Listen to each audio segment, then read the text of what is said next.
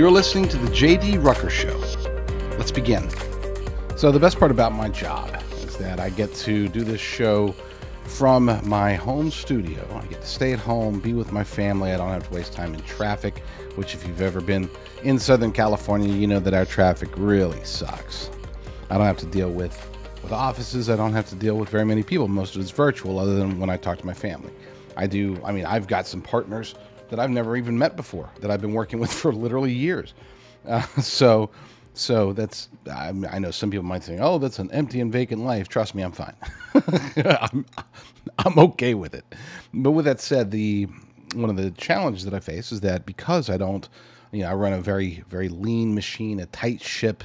You can tell from my background, I don't have a fancy studio background. I put all of my effort and money into getting good equipment to have, for my voice and for the camera. Yeah, it's not a horrible camera, but you get the idea. I don't spend a whole lot of money on producers. I do have 3 producers that help me, but these are all very light producers, so to speak. Over RVM, David and his crew over there are just absolutely fantastic as far as taking what I have and getting it out there, getting it published to the appropriate places.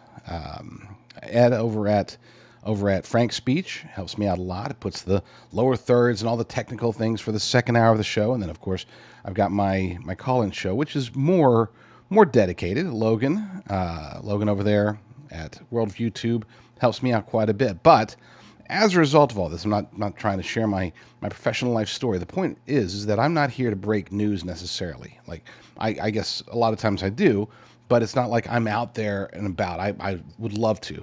Lord willing, someday I will be more aggressive actually going out there and doing like some of these amazing journalists that go out and go to the border, go across the border, go to D.C., go to the protest. Those guys, those journalistic warriors, I truly admire them. And I do try to highlight them often as I can on this show. But my role, and I think really where I fit into the entire conservative alternative media sphere, is that I try to oppose, push back in the right directions, okay? And this is why, and trust me, I'm getting to a point. This is why this entire week has been Kamala. Because I see what is being pushed oftentimes by corporate media, sometimes by others in conservative media or even alternative media, from the White House, from Congress, from state governments, from organizations, companies, whatever. I see what people are saying, and if it needs to be called out, that's what I do. And this week has been just hardcore Kamala week, right? I mean, everything. Corporate media is engaged in what I consider to be hands down, by far, not even close, the most egregious gaslighting and propaganda campaign in the history of the United States of America. And you might say, oh, what about 2020? What about 2022? What about even 2016? Anytime in between? Fake news. I get it. It's always been bad. I didn't realize how 1984-ish they could get until this week. I mean, they're literally taking the truth and spinning it around, and we've covered that thoroughly this week, and we're going to cover it even more today because you guys need to know. The only way that we can fight this, you're not going to get CBS News or Fox News or CNN or New York Times or anybody to issue any retraction or correction other than burying it somewhere on their website where nobody can find it. They know that if they can get the lie out there fast enough and repeat it over and over again, whatever that lie is, that's going to stick. That's unfortunately how our world works, our society works. In the age of the internet, we have so much information available to us, and unfortunately, as a result, it's very easy to bury the truth. That's what happens every day, but it's never been as egregious as this whole reinvention, of Kamala Harris. They're taking what she is, what she said, what she's done, and completely reversing it. You've seen it. The whole borders are thing is ludicrous. The narrative that's being pushed out there is that the borders are concept, the borders are label. That's a right-wing conspiracy. That's a smear tactic. It's like, what? No. She literally was it's demonstrable. It's transparent. It's clear. It's undeniable. And yet they're denying it. And because you guys are fine, but your friends, your neighbors, your coworkers, members of your own family, they're not fine. They have it implanted in their brain right now, as you're listening to me. There is perhaps a plurality of people, of American voters, who believe that the border czar concept is a right wing creation, that she was never the border czar. I would say a majority, maybe not plurality is probably the wrong word. Most people don't know and don't care. Okay, most voters, they're just not paying attention. But the ones who do understand the border czar concept, I would say most of those people believe that it's a right wing conspiracy because every single network, every corporate media publication is out there promoting that lie. So that's why I talk about it. That's why I've been talking about it every day. And I'm not going to be. I want you to, this is my promise to you. I'm not going to be hammering on Kamala every single day from now until the election, or switching gears and hammering whoever they end up throwing out there, because I'm still not at 100% certain that she's going to be the eventual nominee. And apparently Trump isn't either, because he's out there saying, look, until she's official nominee, I'm not going to agree to a debate because I don't know if it's going to be her or not, and neither do I. That's what Trump was saying. He doesn't know if it's going to be her or not. Neither do I. Neither do we. It sure looks like it.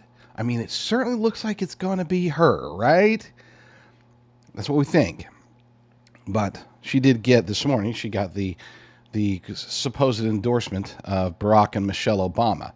And I said supposedly because it was an odd drop on a Friday morning. Look, if you want to bury a story, you bury it on Fridays, right ahead of the weekend. If this had dropped at like 4 p.m. Eastern or 5 p.m. Eastern, then we would have known that it was intended to be like, oh, yeah, check that box. Now let's focus on who we're going to get in now. The fact that it came out at like 2 a.m. on a Friday morning, it's like, I guess, maybe they do, maybe they don't. We know that they didn't want her. We covered that yesterday during the last half hour. We know that Barack and Michelle, and anybody on their team, for the most part, they did not want Kamala Harris. It was the ultimate middle finger to Barack Obama, Nancy Pelosi, and the Democrat Party that pushed him out. This is what Joe Biden did, or it was probably Taco Jill, or probably maybe Hunter had his fingerprints all over it. Somebody said, hey, you know what? If they're going to force us out, fine. We're going to endorse Kamala. We're going to set the stage, and we're going to call a bunch of people and say, hey, it's Kamala. Hey, it's Kamala. I'm serious. This is what happened. This isn't like conspiracy theory. I guess technically it is, except that I'm at about 92, 93% sure that that's exactly how it went down. He was getting pressured. They're like, damn it, Obama. Well, all right. If we're going to do this, we're going to do this the right way. We're going to, because Obama wants Mark Kelly. Mark Kelly, the Arizona senator. That's Obama's boy. That's who Obama wants to be the nominee. He hasn't said that. This is what sources have told me, that Mark Kelly was supposed to be the chosen one. But when, Joe put out his post, his tweet, or somebody put out the tweet for him, hey, and we fully, wholeheartedly endorse Kamala Harris. Obama was steaming. That's why he didn't come out with that initial, he didn't come out and endorse her like everybody else did. Everybody else did. Gavin Newsom did. Gretchen Whitmer did. Even the Clintons did. I thought that was the biggest surprise to me. Alex Soros did. They all came out immediately following Joe's lead, or Joe's team Biden, we'll call him, following Team Biden's lead and saying, oh, I guess it's Kamala. All right. Uniform sitting there just steaming. He's like, damn it, Joe. Why did you do that? Why did you do that? And that's why he waited so long. Okay. They even tried to post data. Let me just pull it up. There's good coverage, and I like this. My good buddy Todd Starnes, he has a way with highlighting the important part in the headline. It says, cringe. Obama's allegedly endorsed Kamala via cell phone call. And I'll play that video here in a second. It is truly legitimately cringe. But according to Todd Starnes, President Barack Hussein Obama and First Lady Michelle Obama have endorsed Vice President Kamala Harris, allegedly. Watch the announcement above, and yada, yada, yada. The Harris campaign released a video of the Vice President taking a cell phone call from the former President and First Lady. It was very cringe. And I mean, right from the beginning, it's like, holy crap, how can you stage it so poorly? I mean, that's I mean, they're just so bad at that. Democrats are good at certain things, but when it comes to what you're about to see, it's like, my gosh, that is so awful. They say yada yada yada. Okay, let's go ahead and play it. Let's go ahead and play it. Let me pull it up. Kamala. Hello. Hi. Hey there. Oh, hi. You're both together. Oh, it's good to hear you both. I can't have this phone call without saying to my girl Kamala, I am proud of you. This is going to be historic. We called to say Michelle and I couldn't be prouder to endorse you and to do everything we can to get you through this election and into the Oval Office. Oh, my goodness. Michelle, Brock, this means so much to me. I am looking forward to doing this with the two of you, Doug and I both, and getting out there, being on the road. But most of all, I just want to tell you the words you have spoken and the friendship that you have given over all these years mean more than I can express. So thank you both. It means so much. And we're going to have some fun with this too, aren't we? My gosh. I mean, it doesn't get cringier than that. We're going to start calling her cringy Kamala over at thelibertydaily.com and noqreport.com because that, I mean, she's just awful. You know, she's awful. She's awful, and they know it. That's the funny part. Okay, they do know just how bad she is, and they're just trying to salvage whatever they can. Which is why, again, look, don't put it past a lot of people are like, oh, you know, Barack Obama got defeated by the Bidens and the Clintons, and they're all, you know, giving the middle finger to the guy, and it's like, yeah, that's definitely possible, but I would never hold it. I would never assume that Obama doesn't have something else up his sleeve. Okay, I could see something crazy happening. I don't know what.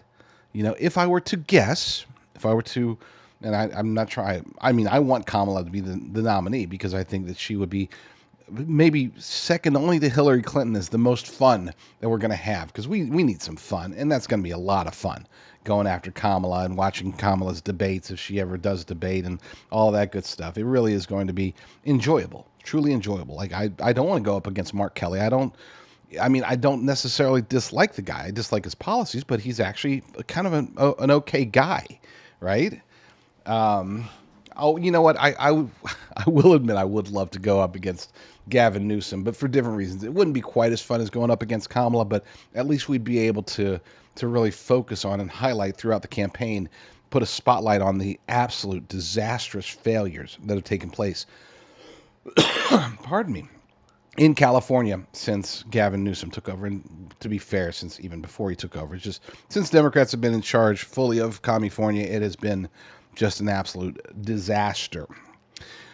So we got lots of good stories today to go over. It's going to be a rapid fire day. I'm not going to be spending 10, 15 minutes on each story. We're just going to go buzz through a lot of them because there's a lot to talk about. But before I do, I wanted to offer one final extension. This is the last one, folks. This is it. Okay, we're trying to make a big push to finish strong in July over at Prep All Natural. So we are extending. This was supposed to be a 4th of July special, but then we extended it due to popular demand. Then we extended it again because one day I just got a wild hair and said, hey, let's keep going, you know. So, but this is it. I've been talking to my partners. We are going to be halting this officially at the end of July. So now is the time to take advantage of an unprecedented special. If you want high quality, all American, all natural steak, long-term storage steak with 25-year shelf life, then you need to take advantage and go to preparewithbeef.com right now, okay? While you're, you know, if you're on cell phone or you might have to wait just because I don't want you to stop watching the show, but if you're on a computer, you know, just put me on in the background and then go to preparewithbeef.com, get as much beef as you can, okay? It's long-term storage, ribeye, New York strip, tenderloin, sirloin, which is called original steak because there's also like chuck and a few other high-quality cuts in there. You know, get those as much of it as you can and take advantage of promo code FREEDOM35, that's one word, FREEDOM35, and get 35% off, unprecedented discount, and it's not going to happen again. So this isn't one of those things where it's like, oh, you know, they're going to have the 35% off discount again, you know, next month. No, we won't. We can't. Like this is for the sake of America. We're trying to get as many Americans prepared for whatever's going to happen in the very near future and ongoing until like 2049, which is when when the shelf life of the beef will finally expire. 2049, you're going to have good stuff. And keep in mind, with the attacks on beef, I would argue, and other people have made the argument for me, that having long-term storage beef is going to be priceless at some point in the future. So preparewithbeef.com, promo code freedom35, and just stock up while it's at this amazing discount. So let's talk about one of my old favorite topics. I remember when I was doing the show, I didn't do nearly as much as I did on Kamala, but I probably had 2 or 3 shows over a course of 2 weeks, 2 or 3 weeks dedicated to Juicy Smollett. And for those who don't recall, Kamala was just, I mean, she was Johnny on the spot, ready to go, backing her boy Juicy. Oh my gosh, that whole MAGA country thing. Poor Juicy, he's a victim. Oh my gosh, that gay man is just so beaten, so distraught. How could Chicago be like this? Oh, woe is me, Kamala, Kamala, Kamala. Well, as of course it turned out that it was all fiction, and she's kind of that one of many albatrosses. Is it albatri? I don't know. What's plural for albatross? She has a whole bunch of them. These big seabirds' carcasses wrapped around her neck because she just doesn't know when to pick the right side. She never does. In this case, she definitely hopped on that Juicy Smollett bandwagon awfully quickly. Well, former Chicago detective, who in this article comes from Ryan Ledendecker over at Conservative Institute, former Chicago detective who helped expose Juicy Smollett hoax, offers warning about Kamala Harris. Skip ahead a bit. While she might have enjoyed the extra headlines at first, that seems to be changing as her critics from both sides dig in and reveal exactly who she is and what she's all about. According to the New York Post, Eugene Roy, a retired Chicago Police Department chief of detectives, recently opened up to Fox News about the type of person Harris truly is, warning viewers that she's not a good bet to make national and global decisions for the nation. Roy was one of the Chicago detectives who helped expose former Empire star Juicy Smollett's hate crime hoax, and he pointed out Harris's reaction to the case at the time.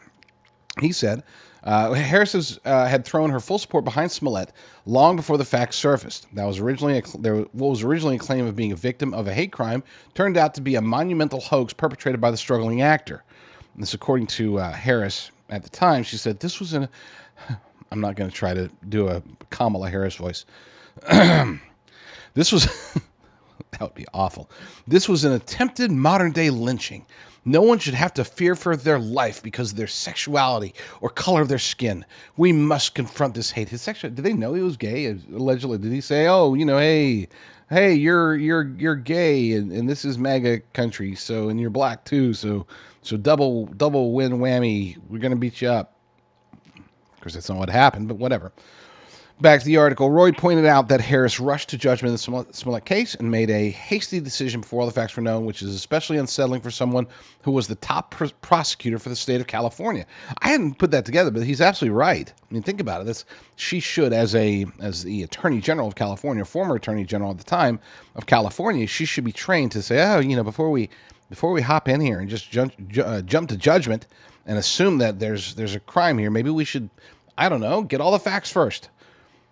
Maybe we should question why somebody who just got beat up would make sure to get the Subway sandwich that they had just purchased and take it home with them so they could eat it, because that's just not how victims react after they get beaten and by a couple of people. They generally don't locate their Subway sandwich, which was tossed away, and dust it off and go home and eat it. It's not the reaction of your standard hate crime victim, but whatever. New York Post noted, weeks later, when it was revealed Smollett was under investigation for falsifying a police report, Harris posted that she was sad, frustrated, and disappointed after learning he made false claims to police. And this is back to what Roy is saying. Roy said, "It's one thing to express your support for a friend. It's another thing to use your platform as a government official to prejudge a case before it's played out." So true. Roy warned that Harris is quick to judge based on issues outside of the known facts, saying people see who has made hasty judgments about controversial issues, and hopefully they keep that in mind when they evaluate the merits of the candidates. One thing, it's funny because I think most would agree that Trump is generally kind of bombastic. He's kind of aggressive, over the top sometimes with how he communicates. But there's one thing that he's very. I mean, he's a fact based guy. He truly is. I think a lot of people miss that because they assume that because he's so forceful about his opinions that they kind of associate that with he jumps to opinions, but he doesn't.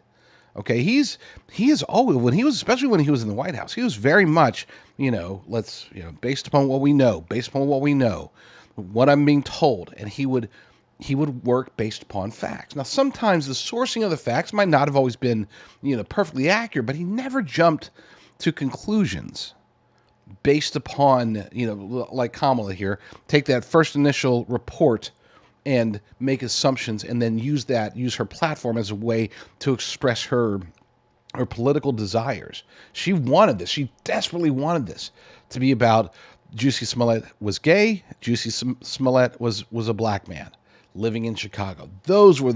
That's all she honed in on. Okay. Trump never did that. I mean, not never, but generally speaking, he always stayed relatively grounded with the facts before coming out and expressing his opinions. Now, once he had his opinions, he was very aggressive with how he would express them, and that's fine. As long as he's basing those opinions on facts, I'm good with it. Okay? It's maybe not my style. Or maybe it is. Who knows? There was one. I mean, do we have time? Yes, we have a little bit of time. We do. Who was it? There was I forgot the name. I need to pull it up. I watched an amazing. I mean, one of the best arguments I've seen so far, as far as just against. It's not necessarily against Kamala per se, but it's against the Biden-Harris regime, and it's about 2 or 3 minutes. It's really awesome. I'm gonna play. Let me go ahead and find it first, and then we'll get that. Here it is. Jim Hoft, owner of the Gateway Pundit, posted an article over there. Identity politics backfire. Woman supporting Kamala Harris, quote, because she is a black woman, gets schooled with a brutal reality check. And it was brutal. We'll play it here in a second, but I want to get the details first. In a heated discussion on the latest episode of his podcast, content creator Anton Daniels confronted the troubling implications of identity politics when a guest openly admitted she would vote for Vice President Kamala Harris solely because she is a black woman. During the episode, Paige of the Press Her podcast said she's voting for Kamala, saying, I'm going to just be real honest with this. She's a black woman, answering the question as to why she would, why she would vote for Kamala. You could see the disappointment in the room when Paige said that she's only voting Kamala because of identity politics. The admission elicited an immediate reaction from Daniels, who challenged her reasoning. Is it only because she's a black woman? He pressed. Paige's straightforward answers set the stage for a passionate rebuttal from Daniels, who laid out a litany of criticisms against Harris's record. He pointed out the current state of the economy, ongoing border crisis, and the failed policies that have plagued major cities across America because of Democrats. And this wasn't just against the regime. He does a fantastic job of highlighting. I mean, I'm going to start watching this guy. I don't know his politics. I don't know, but at least during this 3 minutes, spot on. No objections. Let's play that. Vote for? Let me ask you a question. Would you vote for? Yeah. Why? I'm going to just be real honest with this. She's a black woman. Yeah. Because they skin folk, not Kim folk. I think it goes back to what somebody was saying, where it's not voting for someone, but majority will vote for somebody else just. Hold on. Let me line this out. I think majority. Is it only because she a black woman? Yeah. Do you not see how that's a bad idea? Elaborate. Okay, so we're in 3 proxy wars with some of the most powerful leaders in the world. She failed at the border, in which we have an estimation of 15 to 20 million people illegally into this country. That is literally overtaking and bankrupting Chicago to the tune of over $400 million per year, and they are in a deficit. Oakland is going out of business. San Francisco, ditto. California, $65 billion deficit. New York, they're literally cutting trash, in which they are the rattiest, dirtiest city, and they taken up resources as far as free healthcare, free hotels to the tune of $600 a day, They're literally taking over your schools. Your taxpayer dollars are going to fund the migrant crisis. She was supposed to be in charge of this. We have a failing economy. Every single day I see people getting on the internet talking about $30 an hour is the new minimum wage because inflation is fucking out of control. At one point, it was at almost 10%, depending on what city that you in. She has no policy, no record to stand on. One of the biggest things that she did in her career was lock up more black men than ever before. But we sitting here and vote her in office on identity politics. The very person that she was under as far as the president of the United States of America, she called him racist during a debate, which shows you how fake she is. And the only thing that we can stand on from a policy perspective is whether or not she's black and she's a woman. We did that during the Obama administration, and he didn't do anything for black people. As a matter of fact, y'all complain because the only person that he did, or the only group of people that he really stood for, is the alphabet community, and that's his landmark thing that he's still standing on today. So the only thing that we have to stand on is identity politics. That didn't work with Tiffany Henyard in Dayton, Illinois. It didn't work with Karen Bass. It didn't work with Lori Lightfoot in Chicago. It didn't work with Brandon Johnson that then took over her position in Chicago. It didn't work with Andre Dickens in Atlanta. It didn't work with Eric Adams in New York. It doesn't work across the country. Every single Democratic city is a hellhole. And we sitting here talking about identity politics? Boom. I mean, just boom all day. That was a masterclass. And if you notice, you might want to rewatch it again. I don't know, by the way, because you can see Kamala Harris for president was scrolling along the bottom. So I don't know the story behind or the circumstances. But that gentleman, obviously Anton Daniels, spot on, perfect.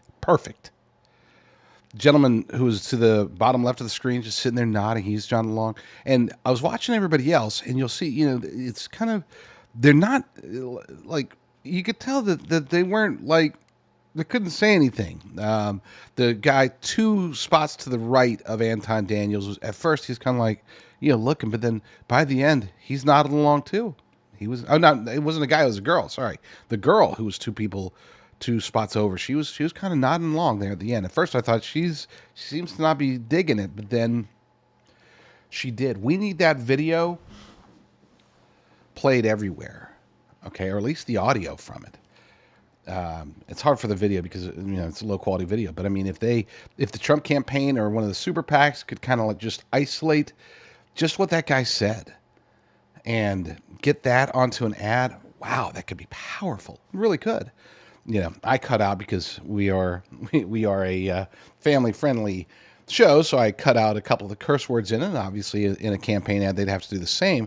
But I mean, otherwise, I got no commentary. I'm speechless for once. I will regain my speech though, and be ready to talk more Kamala here right after the break. There's a dirty little secret in the precious metals industry. When it comes to self-directed IRAs backed by physical precious metals, these are not made the same. And as a matter of fact, a lot of them are just so awful that people are going after them, including not just consumers, but even governments are going after these companies because they're taking advantage of people. The easiest way to tell if they're trying to take advantage of you, in my humble opinion, and I'm not a financial advisor, so don't take this as financial advice, but one thing that I've learned in my short time in the industry is that if they're out there offering something that sounds too good to be true, chances are it's because it is. An example of this would be the offer of, for qualified accounts, you'll get $10,000, up to $10,000 in free silver. Just pay the $299 processing fee and we'll give you the free silver. I mean, we're just idiots. Just take advantage of our stupidity, and it's free. It's all yours. It's not free, folks.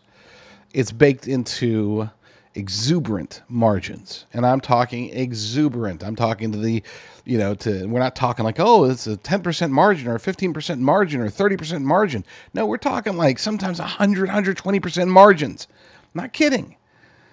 And unfortunately, as a result of this, a lot of people end up losing quite a bit of their life's savings when they work with the wrong company. I, on the other hand, work with the right company.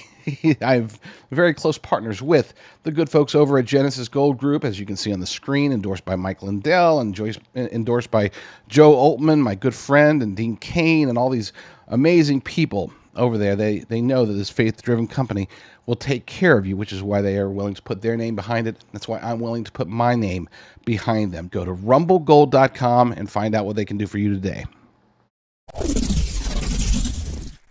For a very limited time, you can go to mypillow.com/JDR and get employee pricing on the premium MyPillow as low as $19.98. That's $19.98. Use promo code JDR at mypillow.com/JDR. You can take advantage of that or the $25 extravaganza that's going on right now as we speak as well.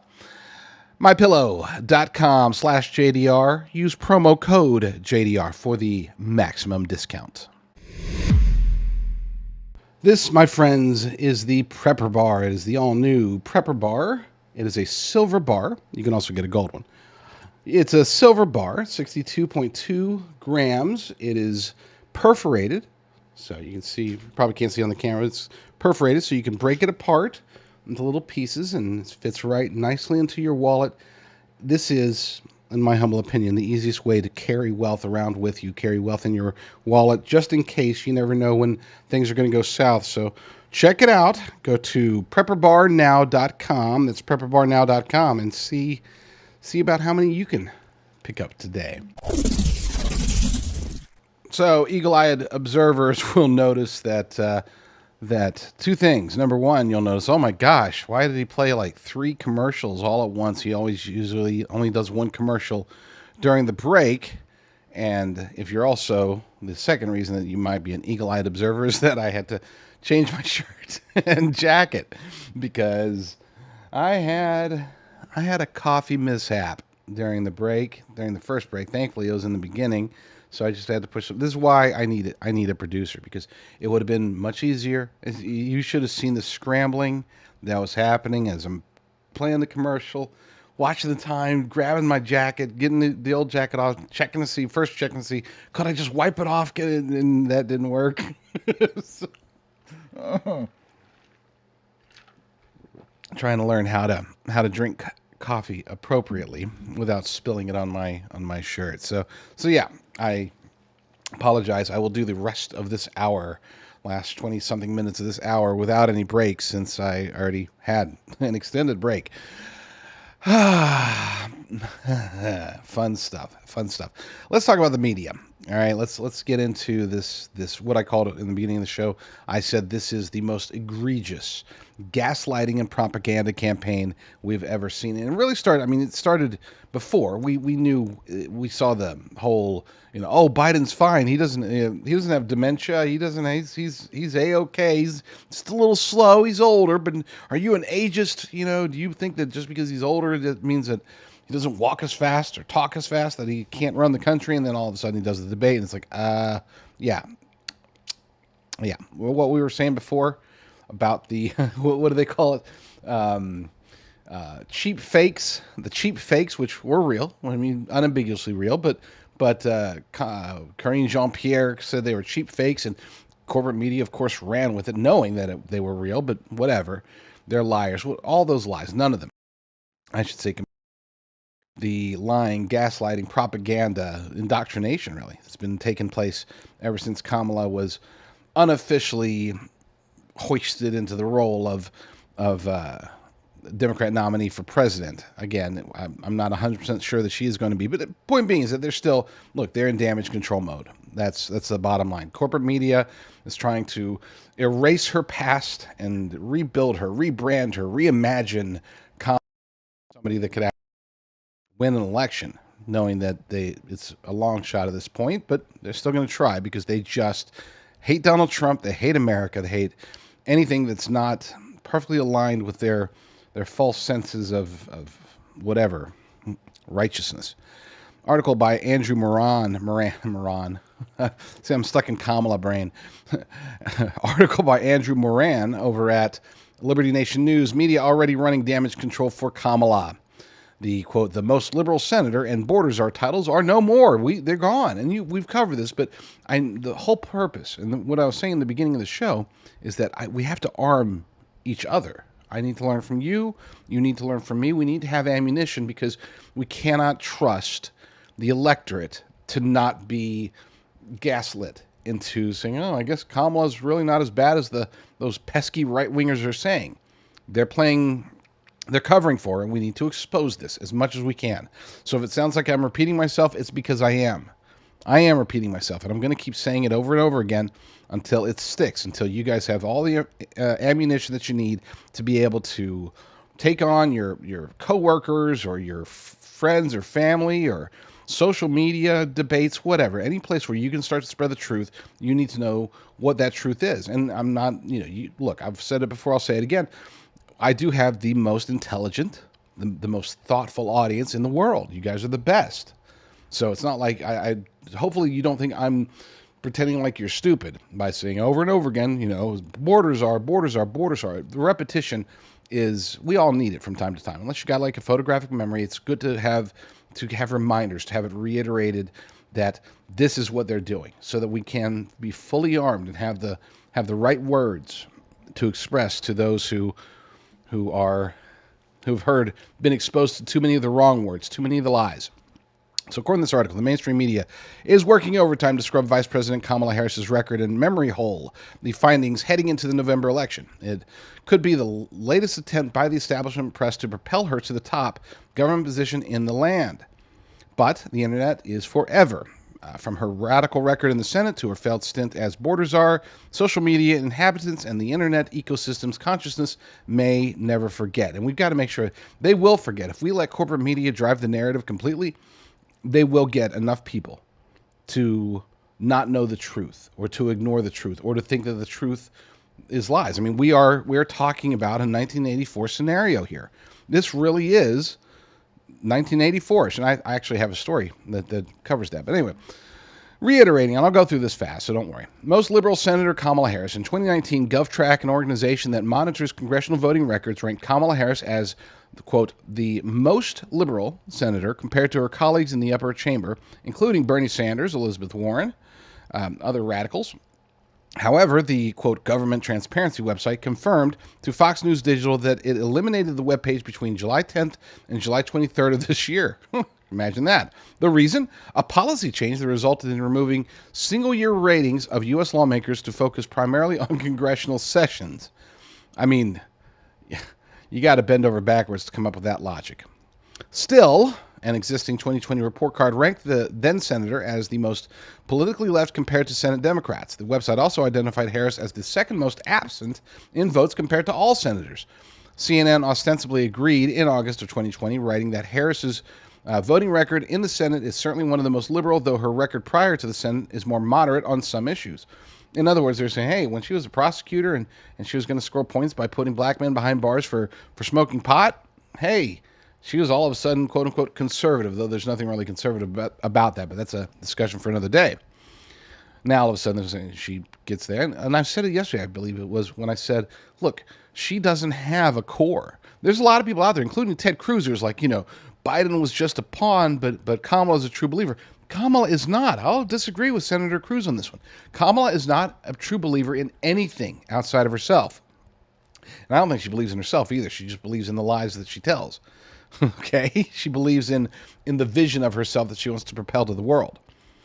She doesn't actually believe in any of this stuff. Climate change, I would be shocked if she actually believed in man-made climate change to the extent of needing to promote the Green New Deal. It's an economic policy. It's not a scientific policy. It's not about saving the environment, stopping global warming or anything like that. The Green New Deal is about economic control. It's about ushering in modern monetary theory. And she's all on board for that aspect of it. She's all on board. Back to the article. The big box media's actions might make sense in the broader context of the current election cycle. The public has routinely disapproved of Bidenomics' agenda, while current polling data gives former President Donald Trump a slight advantage when Democrat voters are not oversampled, that is. The American people are witnessing the production of Kamala Harris 2.0.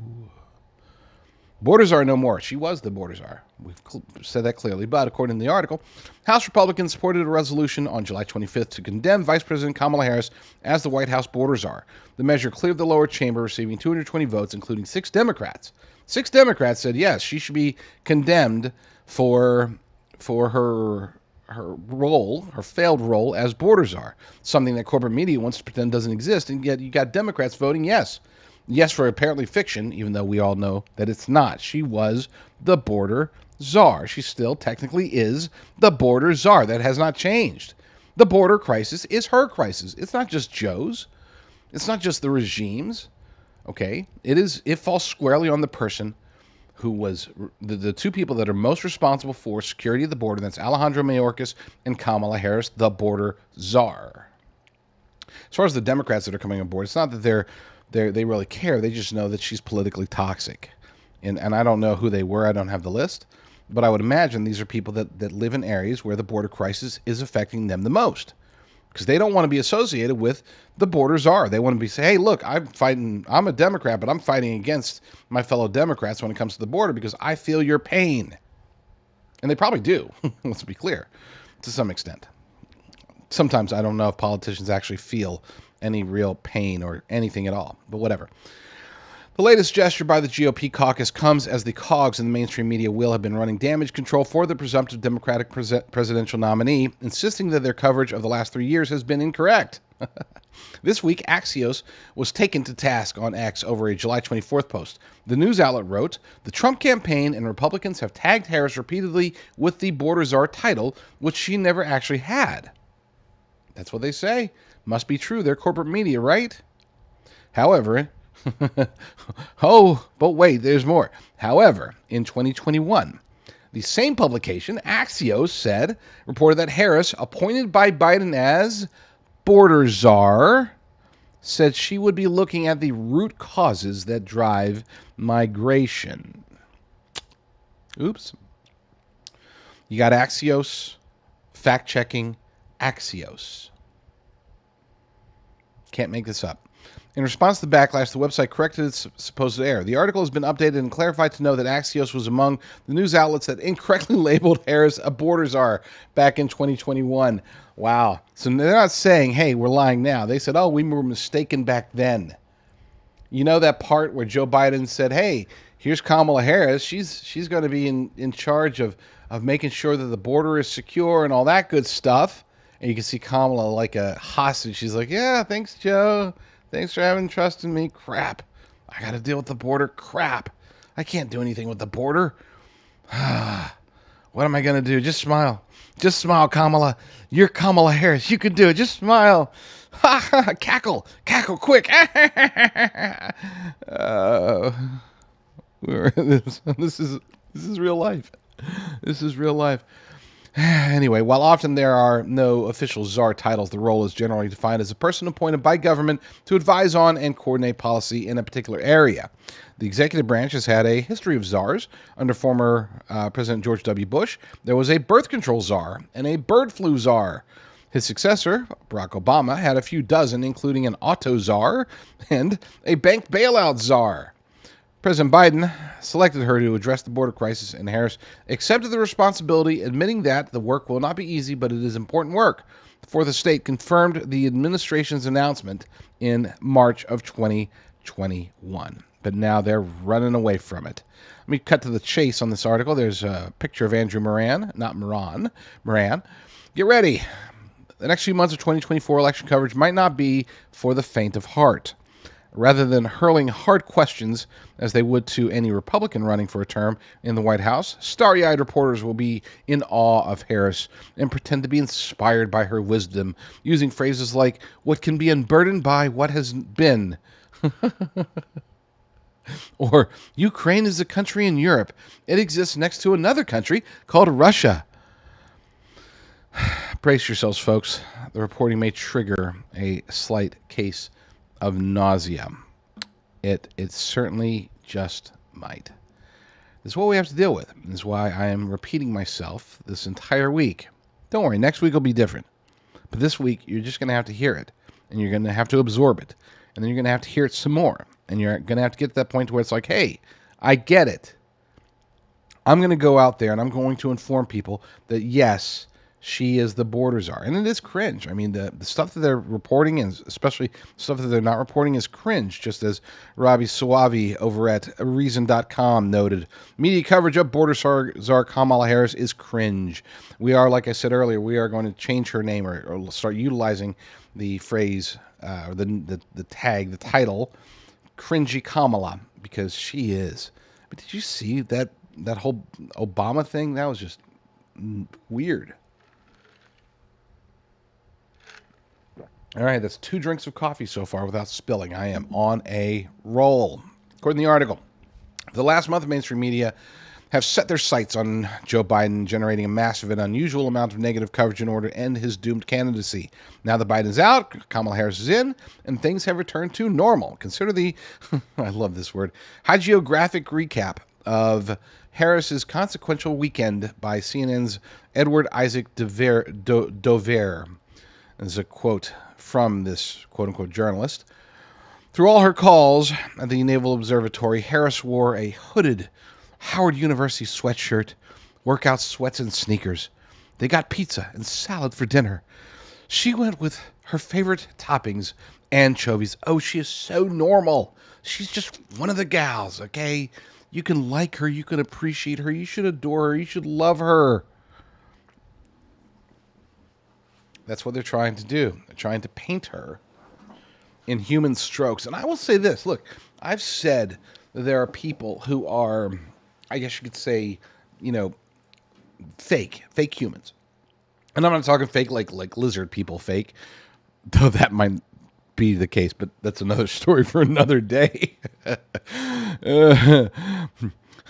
Hold on. I got to get lizard people images out of my head. All right, no lizard people today.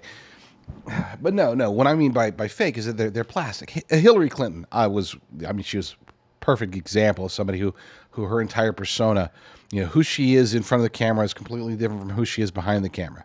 Okay, any attempts to humanize her, it just didn't work. Justin Trudeau may be the ideal example of somebody who has there is just a plastic person there. Kamala Harris is that person. She's not quite as bad as Trudeau, but she might be at the same level and possibly even worse than Hillary Clinton. There's just something not right about them. And it's planned. It's something that, when Trump speaks, it doesn't matter if he's on a golf cart or just, giving a press conference after killing the leader of ISIS. He talks the same no matter what. The only difference, you can tell when he's reading from a teleprompter. But generally speaking, especially lately, and he's gotten better at this over the last few years. He was not very good at it at first, but now he's gotten much better at talking into the reading from the teleprompter, and then just casually pulling away from talking, from reading the teleprompter and speaking like regular Trump, and then going back to the teleprompter and just adding some stuff, and then back to the normal Trump. He's gotten much better at that. But Kamala Harris is not. Nature, in other words, back to the article, nature, in other words, is healing. Harris is now the beneficiary of a veritable torrent of fluffy positive press. The Washington Post praised her Spotify playlists and her sense of style. So, does this remind you of Obama? We might as well start calling her Obamala. Subtle changes to her wardrobe selections relay a new gloss of power and polish. While defending her against conservative accusations that she was picked for the Veep spot because of her race and gender, which, let's be clear, she was picked for the vice president spot because of her race and gender, because that's exactly what Joe Biden said he would do. He promised that his vice president would be a woman of color. Okay, he eliminated 87% of the population to select somebody to fill the role of basically backup quarterback. It's not the most powerful position in D.C., not even close. There are people more powerful than the vice president and not just the president. Okay, I would argue that the chief of staff is more powerful than the vice president. I would argue that obviously the Speaker of the House can be and often is far more powerful as far as consequence on day to day than the vice president. But as far as this is the person that's supposed to take over in case of something happening to the president, that makes that role an extremely crucial role. It might not be important day to day, but it is crucial that the best possible person is selected. She was a DEI hire. She was a diversity hire for the second most consequential potential role in the world.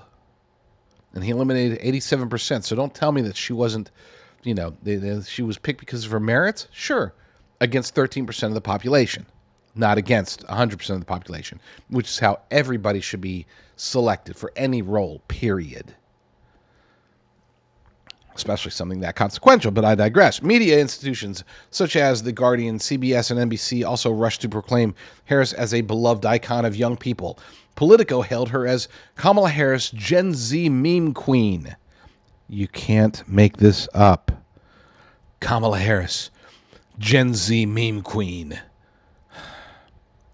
This verdict is largely connected to pop star, and I don't know how to pronounce this, Charlie XCX, I guess, endorsement of Harris. The singer wrote on X that Kamala is Brat, which is the name of her hit summer album. Man, I don't understand. I can't talk Gen Z at all. I could keep up with millennials pretty well, but this new batch, I just don't understand their language. I think I'm becoming an old man. Maybe I already am an old man. I mean, I'm spilling coffee on my shirt. It is not hard to imagine the comparatively energetic, active, and youthful Harris as a more appealing figure than the aged incumbent who occupied the top of the ticket until this past weekend. Even so, a recent Quinnipiac University poll showed Harris losing the youth vote to former President Donald Trump. Another analysis by CNN's Harry Enton pointed out that Harris has not matched Biden's 2020 numbers in terms of youth approval. These results may be outliers, and there's certainly time for her to improve. She has only been the presumptive candidate for a few days, and as the official Democrat nominee for president, she would be expected to ultimately carry the under 35 crowd. Still, it's a cautionary tale. Vibes are not the same as votes. And I've said it before, I'll say it again. I'm not a big fan of polls. I don't believe, I think they're generally worthless. They're less than worthless. They're damaging in many cases. Okay? They are. But we still got to talk about them because that's what it's what the people want.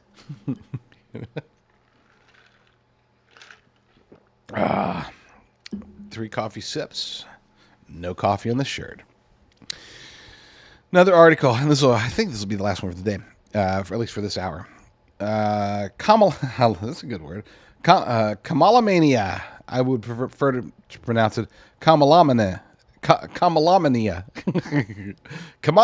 Post Biden, the networks are back to gushing over Dems' every word. Yes, they are.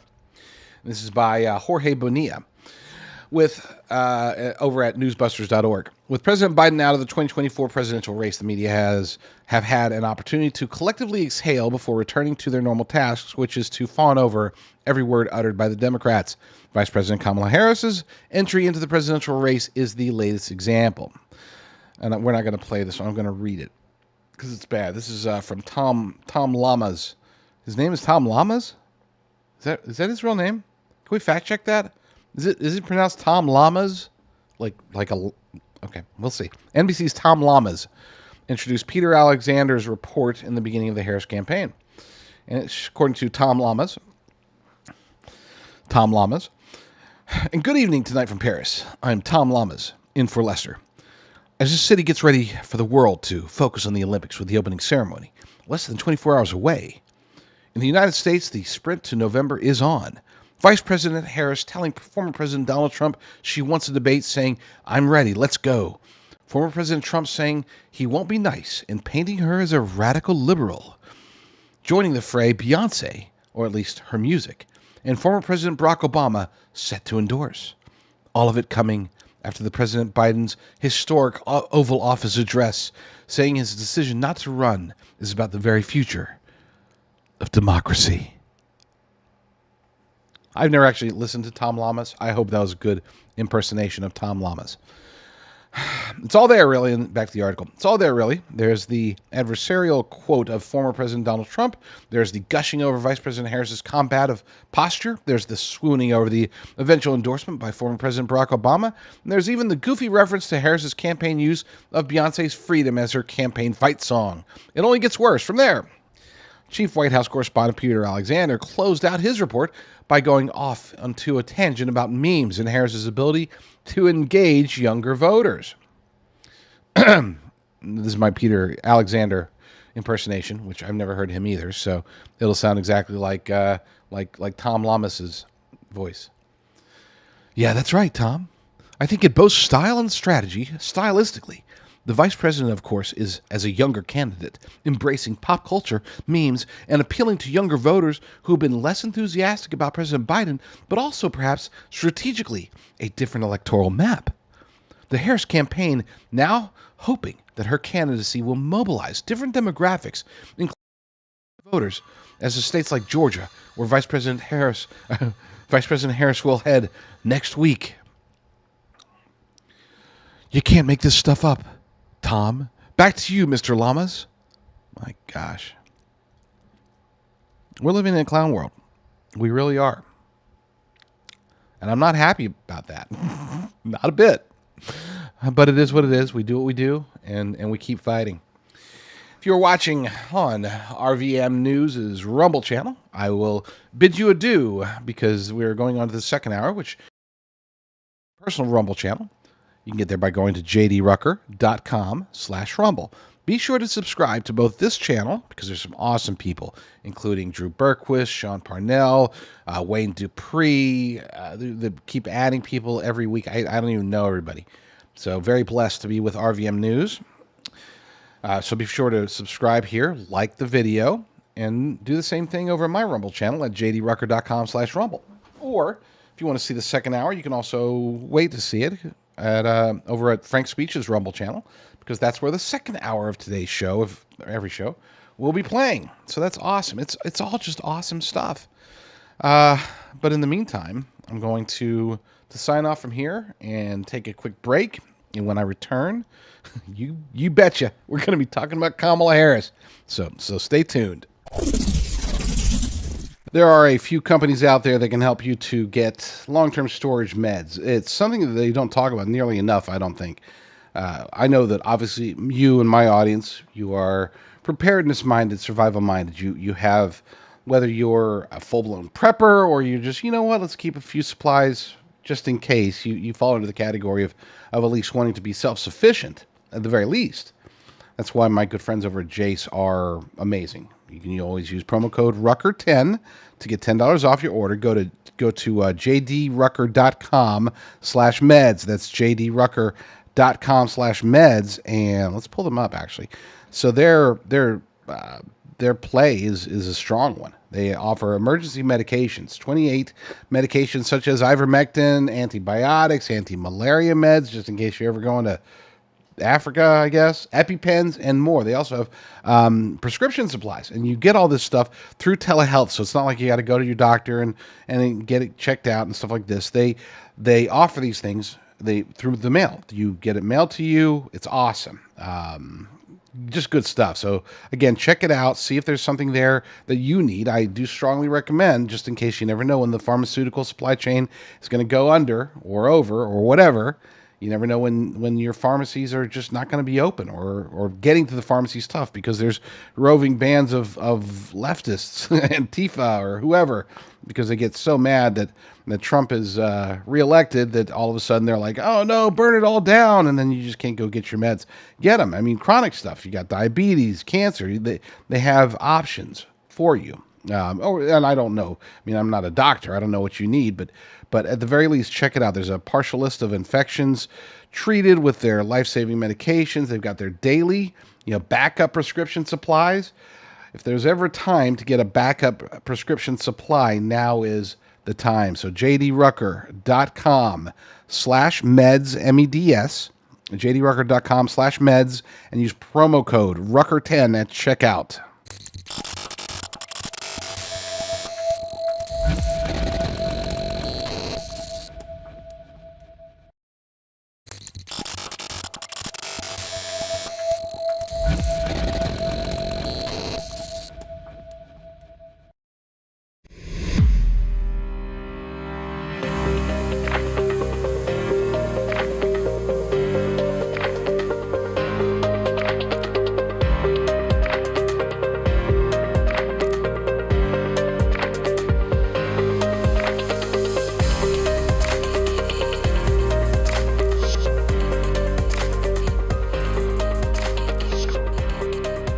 You're listening to the J.D. Rucker Show.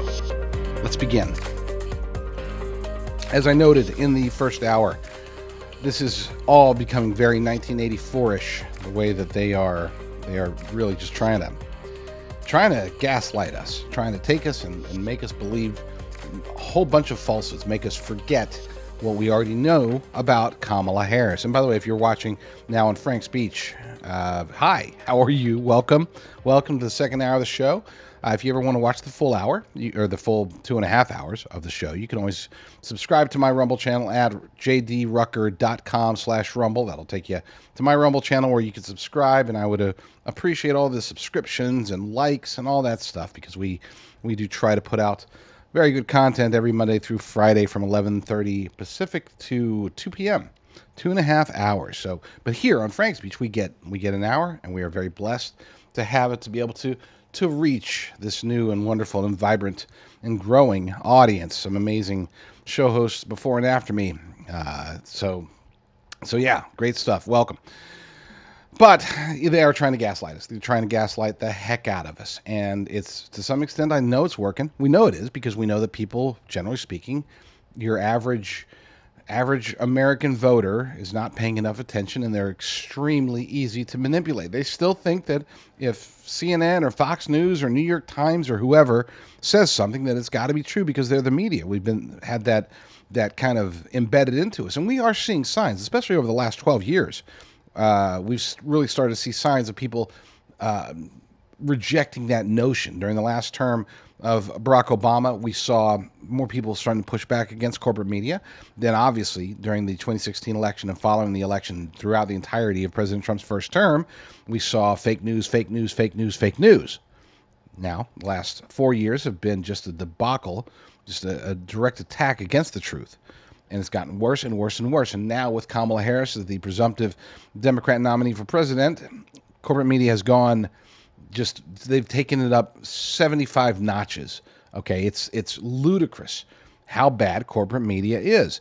And it is working to some extent, but we also know that the American people, even though a lot of them, majority of them, are not paying enough attention, some of them are starting to pay attention. And MSNBC learned that the hard way. I think this was last night. Let's play that. Who do you blame for President Biden being in office in this condition? Who deserves the blame? His close staff. They work with him every day. So I think that's what also makes me nervous about the Vice President Harris. Yeah. Talk about that a bit. So yes, she's going to be in it, but she also helped keep him in where he's at right now. And if he really is as bad as what they've been saying, I think if he steps down as president and she steps into the presidency before the end of his term, it almost makes me question a little bit more why it didn't happen sooner. She's worked with him. She's been, to my understanding, with him daily, or at least a couple of days a week.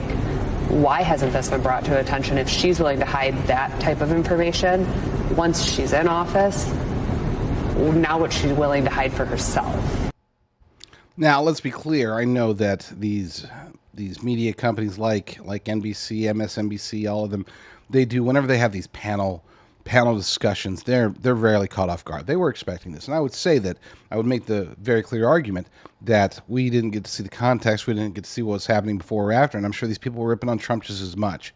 That is kind of the purpose. They try to portray themselves as fair and balanced, and they like surprises, quote unquote surprises like those. But still, whether they were surprised or not doesn't matter. The point is that these people, many people, are starting to wake up to the reality, because they are seeing 1984 being formed around them. There's an article over at ricochet.com by Jim George. War is peace, freedom is slavery, ignorance is strength, spelled incorrectly, but whatever. And Kamala was, never borders are. And we've talked about this, so I'm not going to hammer it home for the fifth time, but maybe I should. Just a little bit hammer. Just bear with me. I'll keep it short. I could not do better for an opening than to quote my son in describing how the media has done a 180-degree turn in favor of their suddenly proclaimed Joan of Arc as the savior of our democracy. He said he was simply in awe of the speed at which they have turned on a dime and have been even started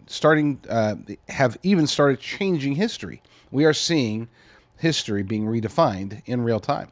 I'm well aware of the fact that I am probably only about the 1 millionth person to have observed the resemblance to Orwell's dystopian world of 1984, but how else does one explain an institution that employs right before our very eyes in 2024 the exact mechanism Orwell created for that fictional year 40 years ago, the memory hole? Pardon me, that handy device for assuring that whatever news is published is fully in line with the party and its edicts, and all other troublesome facts are thrust down the memory hole by proles like Winston Smith.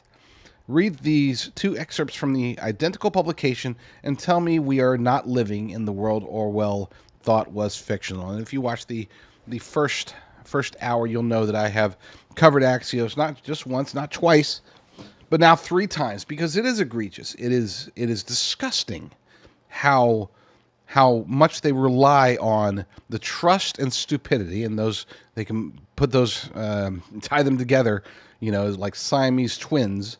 When it comes to corporate media, you need stupid people to trust in the media, and those who trust in the media are generally stupid people. I'm talking about corporate media. Alternative media is becoming more and more prevalent. This is one of the reasons that I'm here. It's Frank Speech, because they give voices that normally wouldn't ever be heard. They give them a platform. And they do so in a way that is, they don't charge. Okay, you can watch for free. I can broadcast for free. There's no exchange of money between any parties involved. This is just about the truth. And praise God for allowing Mike Lindell and Joe Altman and the team over there at Frank Speech to do what they do on a daily basis. And I'm so blessed to be a part of that. But we've talked about the Axios story quite a bit. There was a different story, and I'm going to play this. I'm not going to play it. I'm going to leave this in the show notes for you to play yourself, because it's an interview of Kamala Harris, and it's boring. So because the only thing exciting about watching a Kamala Harris interview is seeing when she starts to clam up and get nervous, and she's got that really cringy plastic smile that she puts on, usually ahead of or just following, or both, a weird cackle. So this comes according to the Right Scoop over there. CBS station claims Trump is falsely accusing Kamala over Minnesota fund that bails out criminals, but they are dead wrong. And you're going to laugh when you see who debunked them.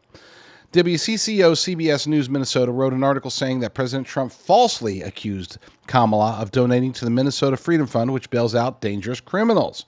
That's literally, this is what they posted on X. Trump falsely accuses Harris of donating to Minnesota Freedom Fund, bailing out dangerous criminals.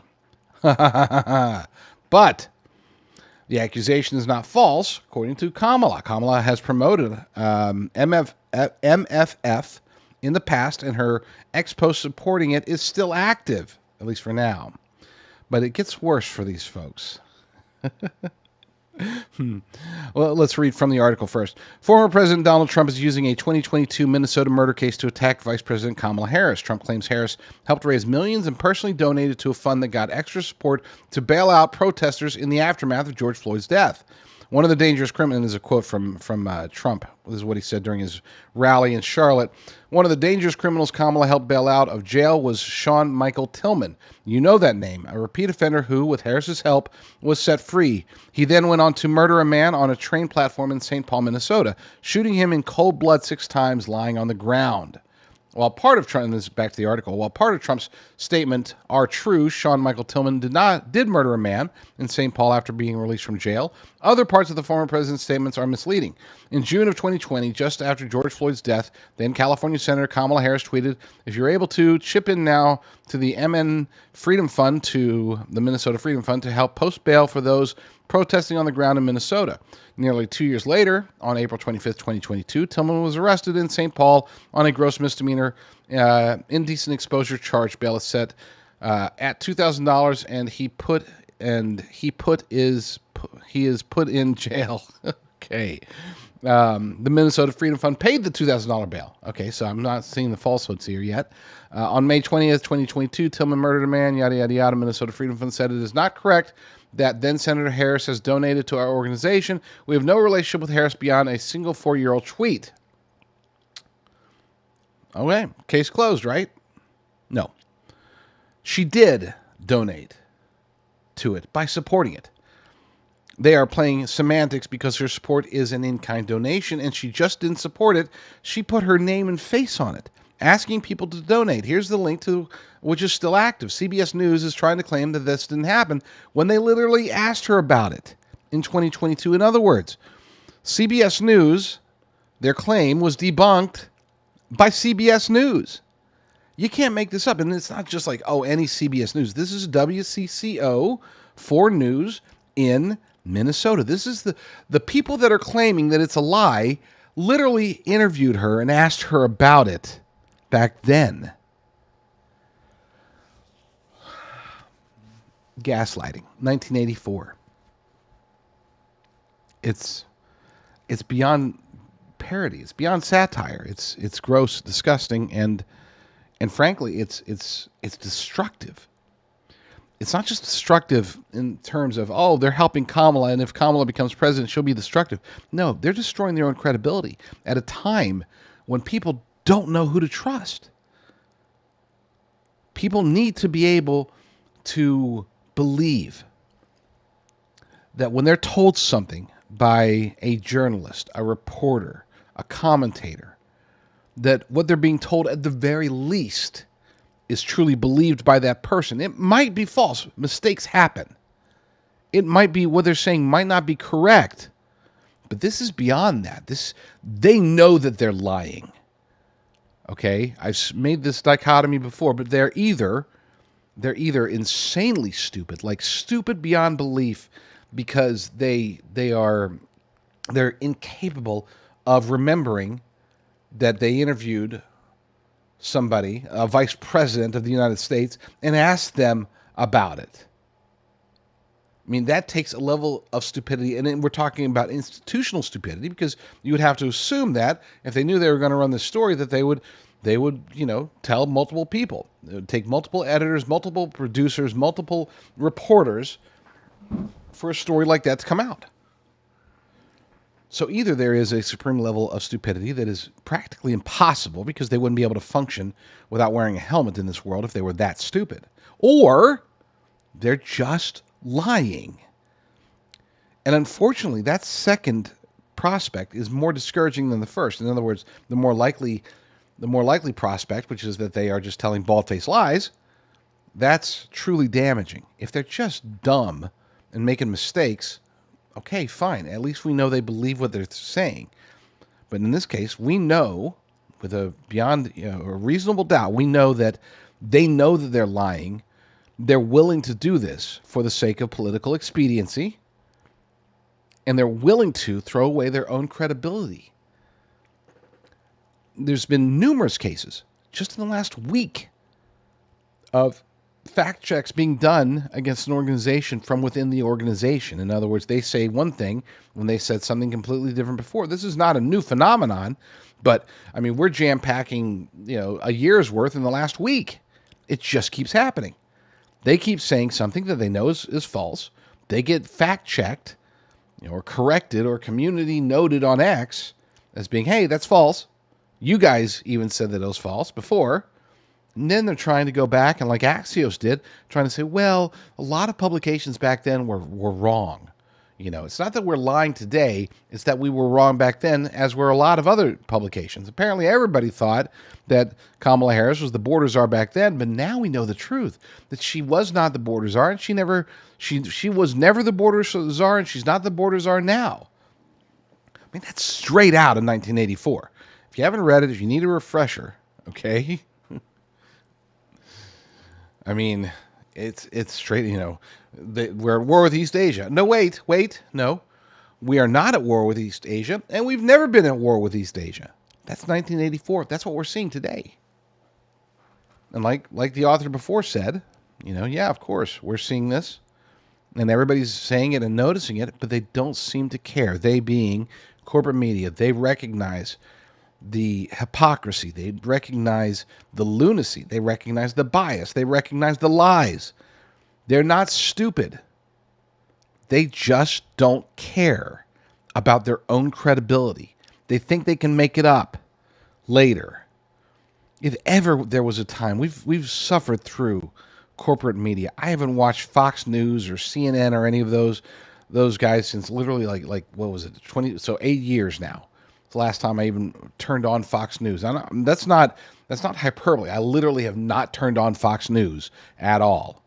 Okay, I've seen some clips from Jesse Waters now and then, mostly just on X. I will see some clips, but we're talking, I mean, if you were to take all of the Fox News clips that I've seen and combine them, it's probably less time than your average Fox News viewer will watch in a week. And I don't know what to say about that. I don't. Because, on one hand, it's like, stop watching them, watch other alternatives. On the other hand, what alternatives are there? Because let's be a little bit transparent here. Let's be a lot transparent here. Many of my quote-unquote peers in conservative or alternative media aren't much better than Fox News. That sucks. That's one of the reasons why, again, that's why I'm here at Frank's Speech. Okay? The lineup at Frank's Speech, telling the truth. Telling the truth, period. Mike Lindell, telling the truth. Emerald Robinson, telling the truth. Steve Bannon, when he's not in jail, telling the truth. He's probably telling the truth when he's in jail. The great Lou Dobbs, God rest his soul, but telling the truth. He always did. We need more of that. And what are you going to watch? If you're not going to watch Fox News, what can you watch? You might say that Fox News is okay and you're going in with open eyes. And I get it. I'm not going to condemn those of you who watch Fox News or even Newsmax. Newsmax is fine. There's some good stuff there too. Okay. OAN is pretty good. There's some good stuff there too. Unfortunately, there's not enough of it. This is why I spent a whole lot of time on Rumble. Unfortunately. Not unfortunately, I've got nothing against Rumble. It's unfortunate that I've got to go to the alternative video semi-free speech platform just to get any truth.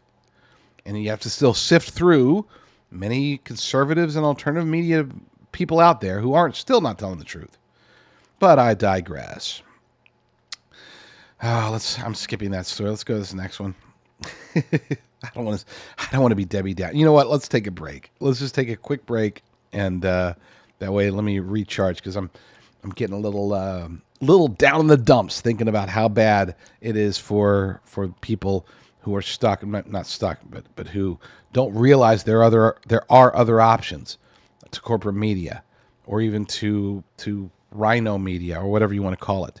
There are better choices out there. So I'm going to take a break, and you guys just hang in there. Stay tuned.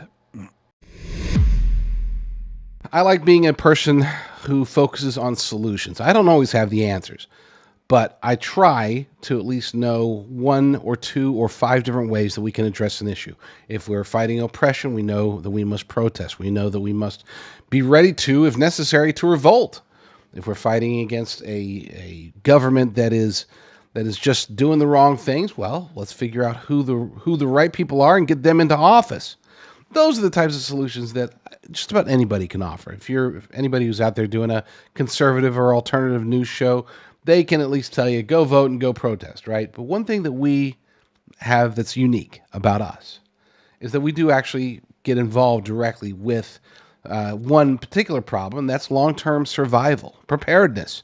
Just in case, hey, let's say we can't stop the destruction of the United States. Let's say we can't prevent the next cyber attack.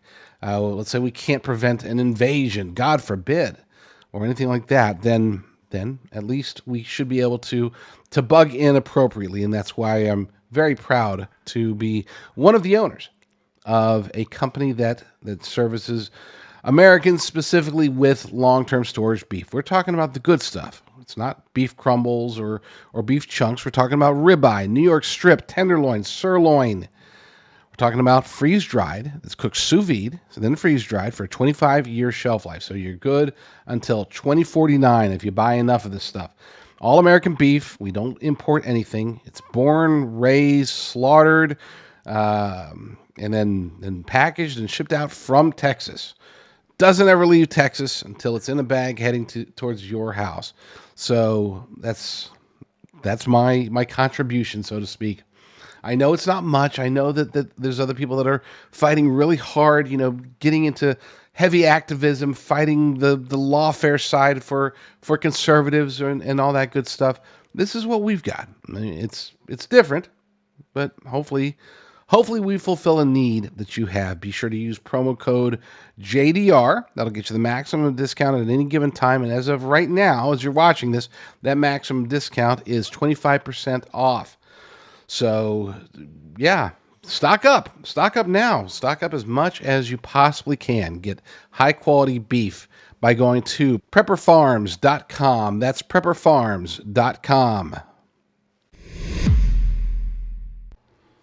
All right, so let's do a quick semi-feel-good story. I guess as good as you could feel about Democrats making move against other Democrats, this is one that actually tickled me a bit once I started getting some more of the details. So for background, obviously Joe Biden dropped out last weekend, and everybody's been freaking out. Barack Obama congratulated Joe after being one of the people that pressured him to drop out, congratulated him for dropping out, but then didn't endorse Kamala Harris until Friday. That's kind of weird, right? Everybody else, Gretchen and Gavin and Alex Soros and the Clintons, they all endorsed her real fast, but not Barack and Michelle Obama. That did happen, allegedly, this morning in the cringiest possible way. I'm not playing that again. But the background behind it is pretty good. So yesterday we talked about how a source within the Biden family said that Barack Obama was furious that Joe went off script and endorsed Kamala Harris while dropping out. He was just supposed to drop out, and then Nancy Pelosi and Barack Obama would orchestrate an open selection at the convention where delegates would be able to pick whoever they wanted, as long as they picked who Barack Obama wanted, who we now believe to be Senator Mark Kelly out of Arizona, who would have been probably definitely a stronger candidate than Kamala, that's for sure. So Barack was really ticked off. That's why he didn't endorse Kamala at first. He's looking for his options. Here's how it went down, and this is from a hodgepodge of sources. I've got bits and pieces of the story, but this is what I can tell you so far. So Biden doesn't want to drop out. Taco Jill is telling him, don't drop out, sweetheart. Hunter's saying, dude, don't drop out, pops, whatever. Everybody's like, oh, you can do it. Stay in there. We need your protection. We don't want to be held responsible for our various crimes, as the Biden crime families want to do. But at some point, it's kind of like, okay, so they made him an offer he couldn't refuse. They being Barack Obama, Nancy Pelosi. They went and they said, look, either you drop out and leave with dignity, okay? You'll continue, you'll stay as president, finish up your term, and then you can go retire to a dementia home, and everything will be, you'll get all the ice cream you want, Joe. That's option one. Option two is that you don't drop out willingly, and we invoke the 25th Amendment against you, and we remove you from office. And then you'll be disgraced. Your legacy will be tarnished. You will be the laughing stock of presidents. Your Wikipedia page will just talk about your failures. Your choice. There's no other option. So reluctantly, Joe and the Biden crime family got together. It's like, I guess we don't have another option. We're going to have to drop out. And they're all pissed about it. All of them are just, Joe's furious. He's always hated Barack Obama. He's always hated Barack Obama. Let's be clear. In case you didn't know, Barack Obama and Joe Biden have hated each other since before Barack Obama stepped foot in the Oval Office. He was put in there. He was inserted as the vice president against Obama's own wishes to sort of throw in the whole, at the time there had never been a black president. And so to be able to beat John McCain, they put in an old white dude to be his vice president, thinking, okay, well, that'll balance the ticket. We got this radical cultural Marxist in Barack Obama. We're going to try to not lose the old white man vote, and we're going to stick in Joe Biden. They're not going to like each other. We don't care. And that's how everything played out. I know they play nice and they shake hands, but they don't like each other. They never have. And today they really, really, really don't like each other at all. And you could say that, but I don't know if if Joe Biden would even recognize Barack Obama if he saw him today. But that's a whole other discussion. Point being is that the Klan, we'll say the Biden family, the Biden crime family, they're all pissed about what's happening. So they have one final FU they're going to give. They're going to go ahead. Sure, we'll drop out and we're going to endorse Kamala Harris. And they hopped on the phone. Okay, his staff hopped on the phone. The very limited staff that was even aware that it was happening. They hopped on the phone and they talked to some influential people, probably Alex Soros, probably the Clintons. Okay, Gavin, probably everybody. Hey, guess what? I'm dropping out, and we're going, talk to Barack. We're going to endorse. We're going to go ahead and endorse Kamala. Okay, so I'll only do it, Gavin, if you agree to endorse Kamala. And Gavin's like, okay, fine. I'll wait till 2028. They call Gretchen Whitmer and say, hey, you can't run. We're going to endorse Kamala. Okay, good with that? Okay, I guess so. I'll wait for 2028. They made their calls, and they pulled off the one final reverse coup. They had a coup pulled against them, and they played the Uno reverse card on him. Didn't save his job, but at least they got to prevent Barack Obama and Nancy Pelosi from getting their way, which was to have a quote-unquote open convention where they would have anointed Mark Kelly as the go-to guy, the guy that they thought could actually compete against Donald Trump. So an article by John Nolte over at Breitbart kind of details a little bit of this. Democrat megadonor says Biden endorsement of Kamala is his FU to the Democrats. Biden megadonor John Morgan believes Joe Biden endorsed Kamala Harris as an FU to all those who pushed him out. Sorry, I had to scroll real fast to keep it moving because this is a family-friendly show and there's a bad word in there. All right, be careful what you wish for, he added to Harris supporters. The thinking goes that former President Barack Obama wanted an open primary and had his eyes on Senator Mark Kelly as the nominee. Harris, Obama apparently believes, is too far to the left to defeat Donald Trump. Kelly is a white guy from a crucial swing state without all the extreme baggage Cackley McNever Borderzar carries with her. Gotta remember that one. Cackley McNever Borderzar. But Biden is furious at being forced out of the race, so his quick endorsement of Harris, Morgan believes, is about screwing the Democrats with a loss. I'll show you how smart you were to force me out. Go lose with Kamala. Morgan tweeted, whatever. If Trump world could pick anybody to run against, I think they would pick her, and that's true. I mean, that's true. Like I said in the first hour, number one, she's easily defeatable. Number two, it's going to be fun beating her. I mean, it really is going to be fun defeating Kamala Harris. We've got months to go, not very many. We got a few months to go before Election Day, and by golly, we're going to enjoy ourselves as best we can through all of this crap show that's forming around us. Back to Morgan's tweet. If she's a nominee, Mar-a-Lago has a really big party that night. Then Morgan explained why he would not be raising money for Kamala. He says, you have, and keep in mind, guys, this is a Democrat. This isn't some Republican commentator. This is a Democrat posting this. So do you have to be enthusiastic or hoping for a political appointment to be asking friends for money? I am neither. It's others' turn now. The donors holding the $90 million can release those funds in the morning. It's all yours. You can keep my million and good luck. In another tweet, he argued that any combination of these people win. And he listed Joe Manchin, Andy Bashir, spelled wrong, Bashir, Gretchen Whitmer, Josh Shapiro, and former First Lady Michelle Obama, whom he said wins in a landslide with any of these picks. That's not true, by the way, just to be clear. Manchin would have a hard time inspiring anyone on the left. Bashir doesn't have the name recognition. Whitmer is not likable. Josh Shapiro doesn't have the name recognition. And Michelle Obama, she would probably, of that group, she would be the one who would give Trump the best run for his money. But I still think he would beat her too. At this point, it is almost impossible to imagine Morgan getting his wish. It is a full steam ahead for Kamala Harris right now, and it likely would have been even without Biden's endorsement. How does an identity-obsessed Democrat Party pass over the first non-white female vice president? They could not and cannot without imploding the party. And I would say, look, he's wrong. No offense, John Nolte, but he's wrong. Okay, if Biden hadn't pulled the move, then I don't think Kamala would have even been a serious contender. I don't think that she would have gotten the endorsements by any of the people she got endorsed by, at least on day one. And there would have been all right, cool. Now let's figure out what to do with Kamala. Okay, let's get Kamala a nice private sector job. Let's promise her the next Supreme Court position. Let's just keep her from even considering a run. I really think they would have gone after and tried to make her a similar offer that she couldn't refuse had they been able to get around to her. But they just couldn't get around to her fast enough because Joe did his thing. I think it was a surprise to Barack Obama, a surprise to Nancy Pelosi, who was also late in her endorsement of Kamala Harris.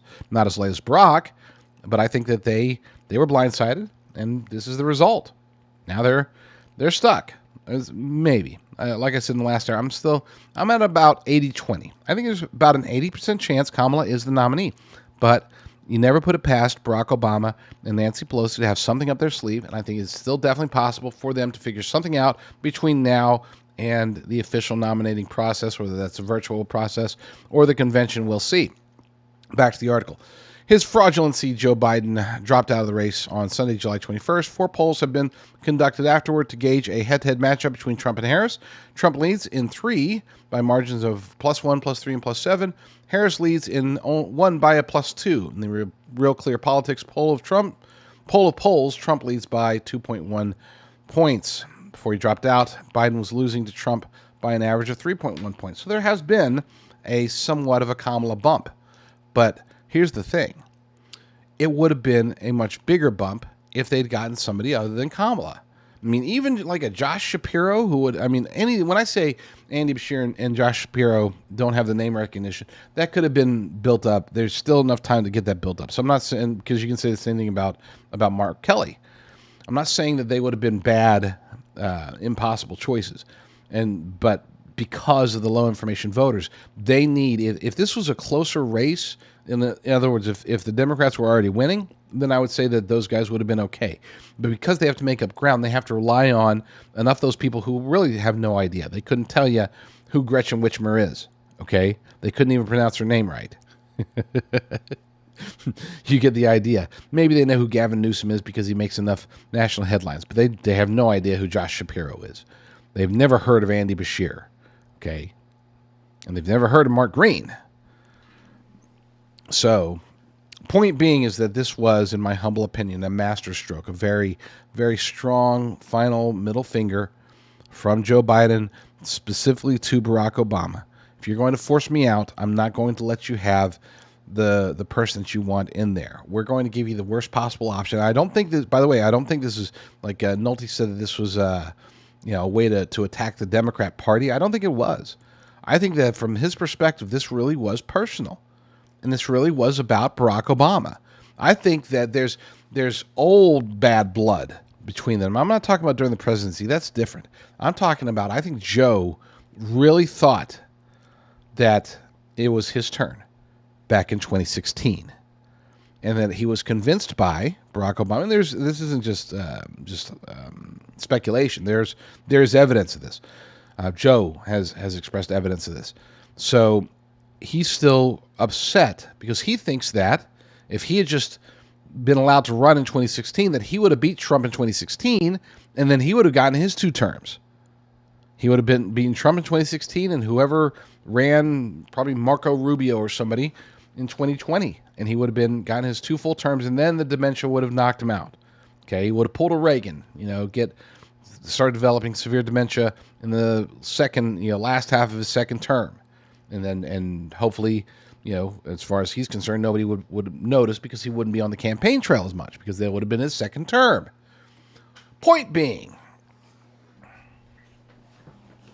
is that the feel-good part of this is that Barack Obama got outmaneuvered, outplayed by Dementia Joe and the Biden crime family. And for that, I think that's worth at least a chuckle. Let's take a quick break.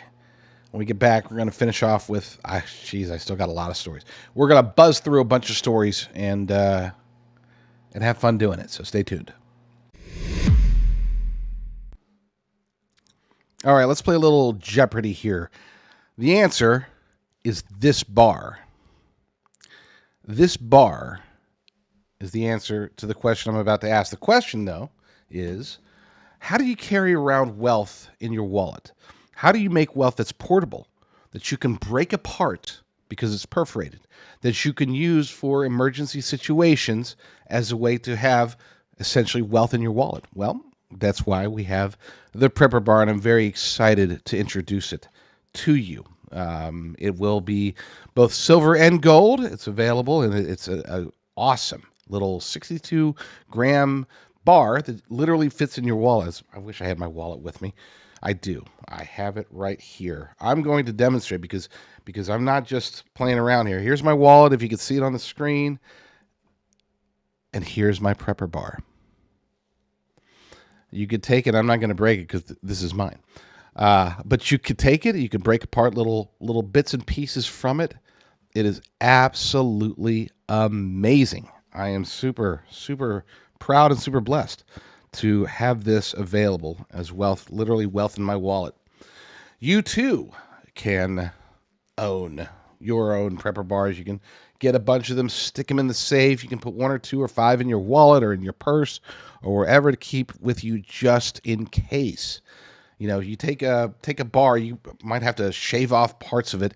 Well, you wouldn't have to do that here. If you need to trade or barter for food or safe passage or anything like that, Prepper Bar is the answer. And it is available exclusively from the one company. If you are interested, then go. You don't even have to tell them I sent you.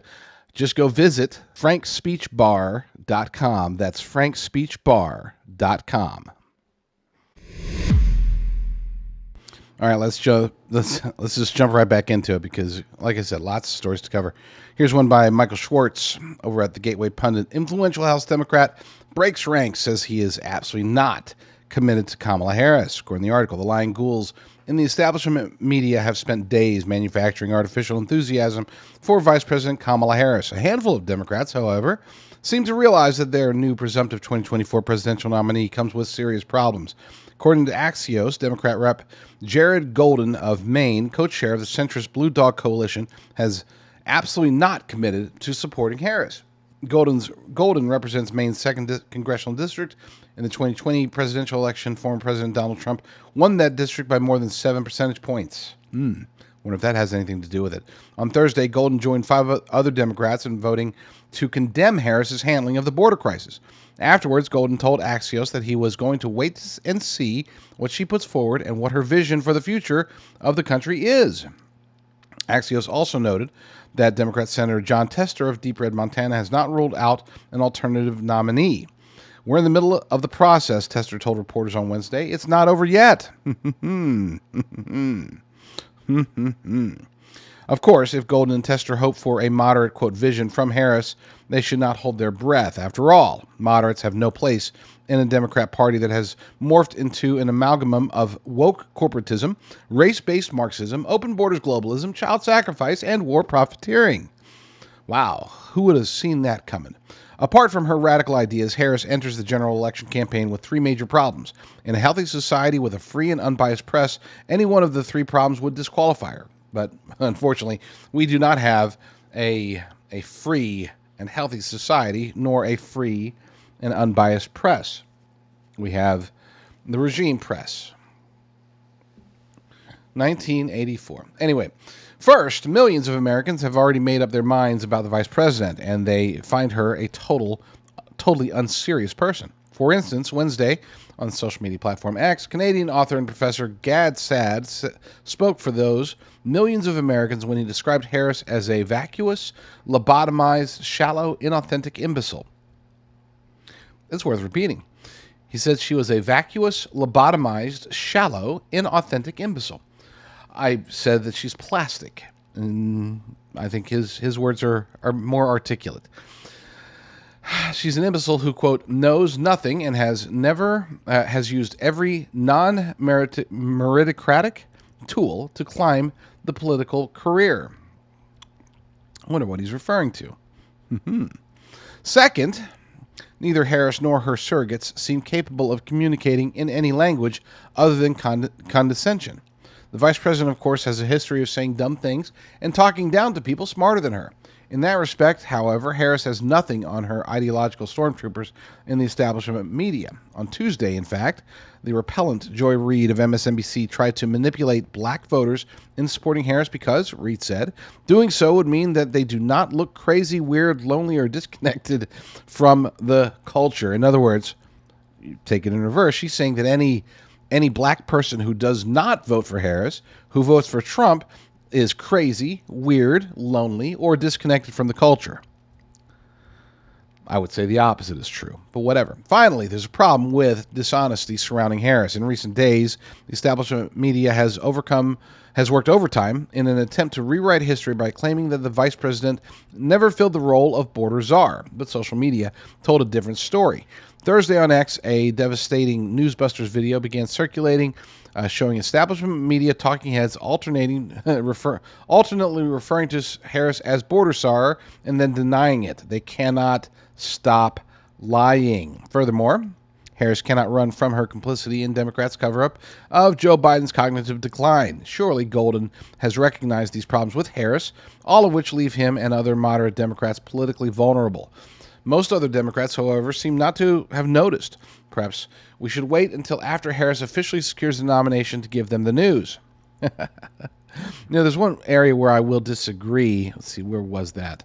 Let's see. Oh, right.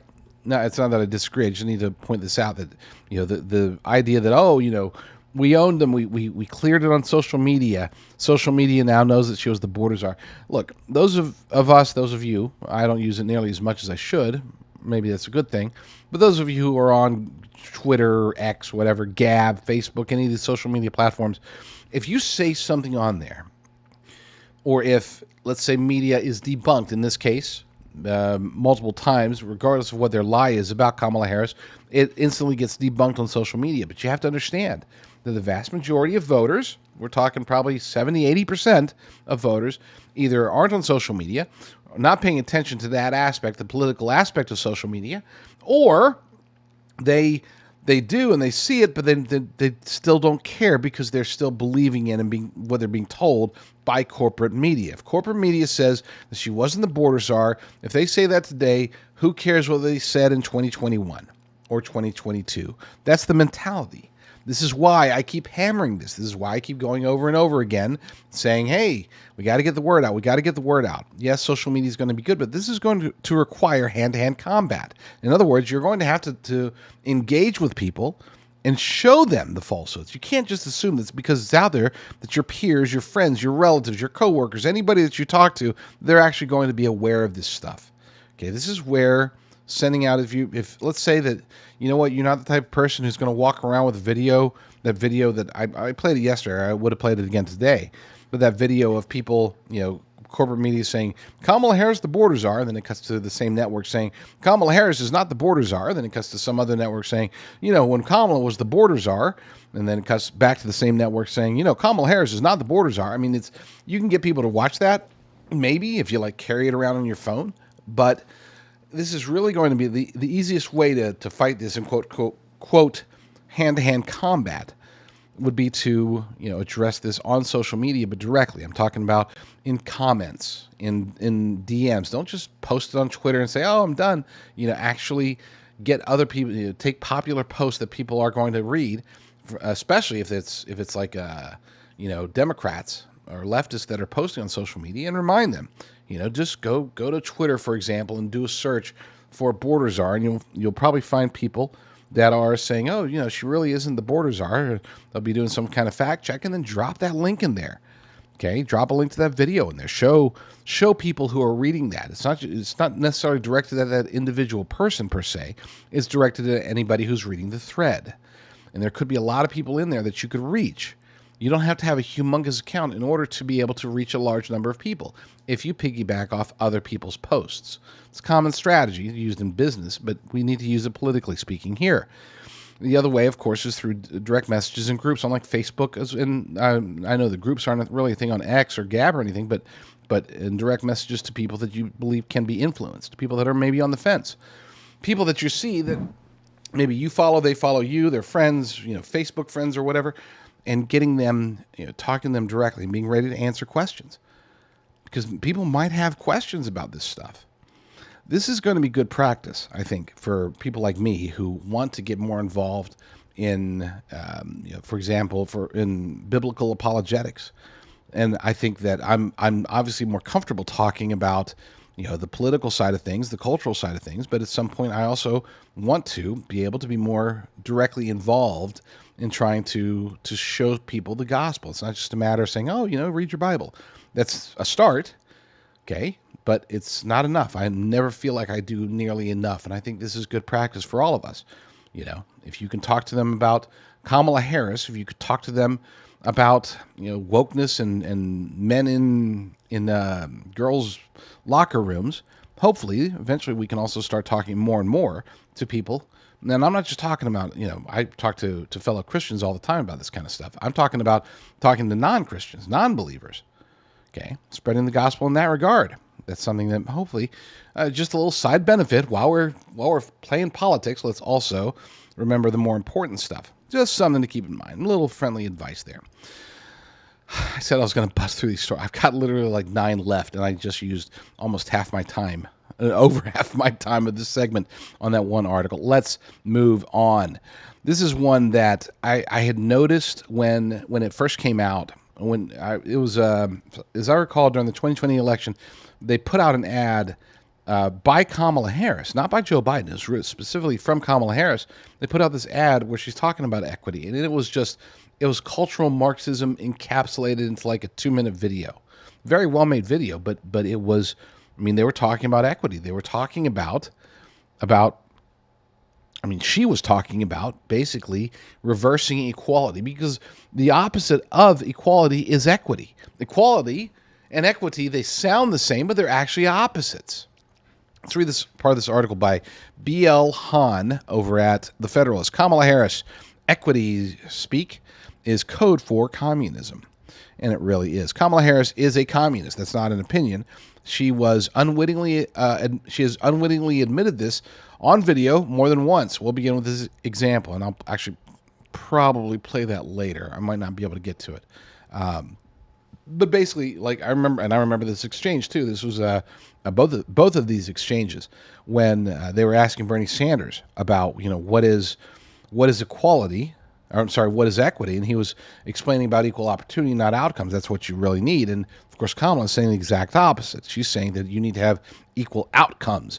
Doesn't matter about opportunity. As a matter of fact, throw opportunity out the window and let's focus on making sure that everybody has equal outcomes, regardless of what they earn, regardless of their merits, regardless of their anything other than taking only into account their race, their how many intersectional boxes they can check off.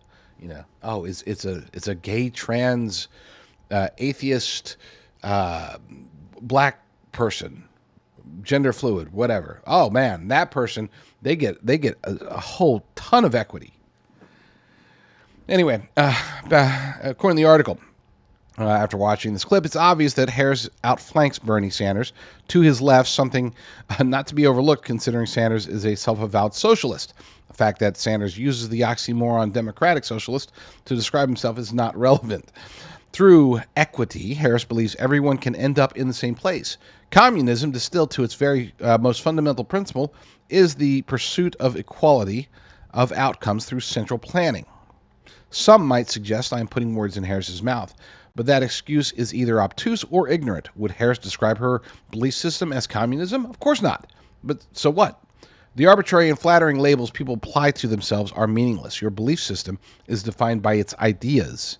If someone running for office intends to murder you for no good reason as soon as he's elected, but he calls himself the peaceful unicorn, which part is more relevant? The fact that he's going to murder you, or the name he picked for himself? In the same vein, the label Harris might give to her belief system is immaterial. Harris stated that people need more, so we will end up in the same place. I am a communist. So she didn't say that. She said the first part, people need more, so we will all end up in the same place. You take that phrase, you compare it to I am a communist, and they basically represent the same thing. There is no distinction or difference between them. Both phrases mean the exact same thing. It is, of course, impossible for everyone to end up in the same place, but to even attempt this would require government control of every facet of the economy and the categorical elimination of individual rights. Let me repeat that. It is, of course, impossible for everyone to end up in the same place, but to even attempt this, which is what Kamala Harris wants to do, would require government control of every facet of the economy and the categorical elimination of individual rights. It's funny that they're out there saying that her campaign is really focused on defending freedoms. That's what they're saying. It's ludicrous. It's an oxymoron, not an oxymoron. It's a contradiction. Okay, it's cognitive dissonance being thrust out to the people.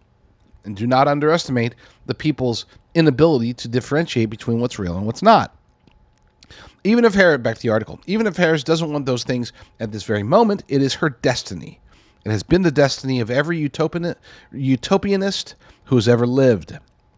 Because the magical world of Harris lusts for is impossible to attain, each law or executive decree will inevitably fail to achieve equality of outcome and will therefore be replaced by a more extreme version of the same policy. It's not that their idea is fatally flawed. It's that they didn't go far enough, you see. It's just like the whole thing with socialism has never been tried, so you can't say that it failed. Okay? This trajectory is why all socialist and communist regimes devolve into authoritarian nightmares. We have the bodies to prove it. 100 million people were murdered or starved to death in the 20th century in pursuit of, quote, everyone ending up in the same place. To be fair, they succeeded. Wow. Had to throw that in. Too bad that same place ended up being a shallow grave.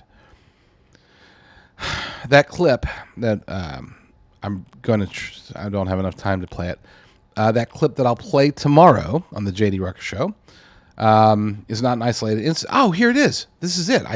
Sorry. This is literally that video I was telling you about. Dang it. I'm going to have to rip this real quick. You know what? We're going to use this as an enticement for tomorrow. We will play it tomorrow as well. Good stuff. Good. So we got 2 videos to play tomorrow. Awesome. We're already ahead of the game. Back to the article. When Harris isn't awkwardly laughing when nothing funny has happened, she suffers from this chimerical fantasies as she dreams up a make-believe society in which every human being is given, say $100,000 annually. What charlatans like Harris don't understand is that even in the Candyland world that exists in their futile brains where everyone receives the same income, disparities would emerge immediately as different people have different spending and saving habits. Some would be frugal, others frivolous. Even if you could snap your finger and magically equalize earnings, you would be no closer to achieving equality of outcome, but you would destroy the entire economy in the process, so there's that. You'd cause mass privation, while depriving people of their most basic rights. That's how the equality of outcomes experiment ends every single time. Utopianism isn't the only communist idea Harris has fallen in love with. Like all communists, she has an affinity for criminals, namely those who are oppressed by the quote-unquote system. In 2020, Harris posted support on her official X account for the Minnesota Freedom Fund. We already covered this. Let's see. Yeah, okay. Good article. I will leave that in the show notes. And again, we will play those 2 videos tomorrow. I got one more. Do we have time? Yes. We're going to buzz through this. This is from Breitbart, and this is according to Nick Gilbertson. 5 ways Kamala Harris's Democrat and media enablers are gaslighting America. This is the story I've actually been wanting to get to the entire time. Now, we're just going to go through the list itself. Number 1, hiding Biden's cognitive decline. Yes, she knew. Either she knew or she's an idiot. It's that whole thing.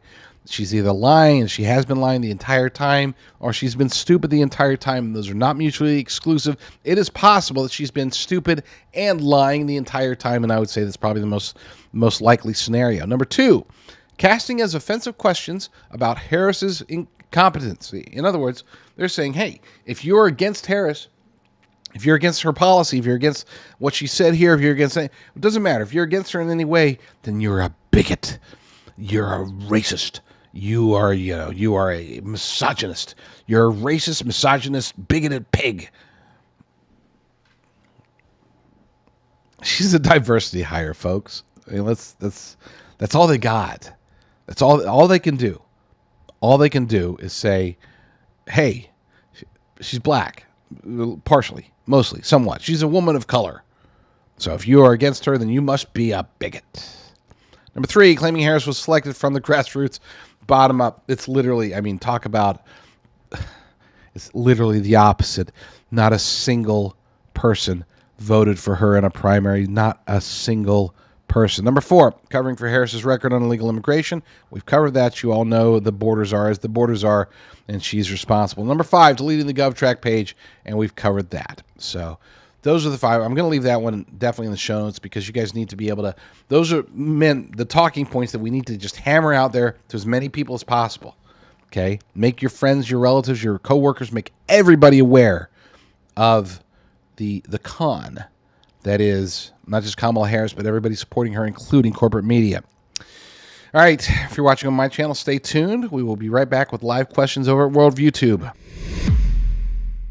For years, really, I have been very opposed to email newsletters. It really comes down to 2 reasons. Number 1, I hate the spammy ads. I hate seeing pictures of foot fungus or whatever sent to my inbox. It just bugs me to death, okay? Just get the crappy ads out of there and I'd be okay. And for whatever reason, I thought that maybe those were emails. But Number 2 is that if you really want a clear picture, you got to subscribe to like 15 different emails. You got to get the Breitbart email, the Epoch Times email, and multiples for both of those, and then the Gateway Pundit email. And it's like, you know what? I'm just going to go to the sites that I like. Don't worry about that. I don't want to get 15, 20 emails a day. Okay, so knowing this, but also knowing that with cancel culture, with deplatforming, there's always a chance that I won't be able to reach my audience. I won't be able to reach you. And so as a result, I started talking to some very, very intelligent people that showed me, hey, we can avoid the foot fungus and we can consolidate the emails, right? Okay, great. Show me how. And they showed me how. So as of this month, we started putting it together and I started examining it. And it's like, holy cow, this would actually work. We could actually put out daily newsletters that reach that pull from a wide variety of sources. You don't have to just get the Breitbart newsletter and get 15 articles from Breitbart. You could get our newsletter, and there's going to be an article from Breitbart maybe, or an article from the Epoch Times, or Slay News, or the Gateway Pundit, or the Liberty Daily, or wherever. Okay, and we're going to pull in between 10 and 20 articles every day and send these out as a newsletter. That way you can get my bird's eye view of what's happening. I create all these. Nothing is automated. I actually go through and I pick out each individual story based upon whether or not I think it's important enough for you to read. So there's that. But we've also taken it a step further, and we've divided it up into 3 types of newsletters. We've got one Discern Report that is designed for conservative politics, conservative geopolitics, culture.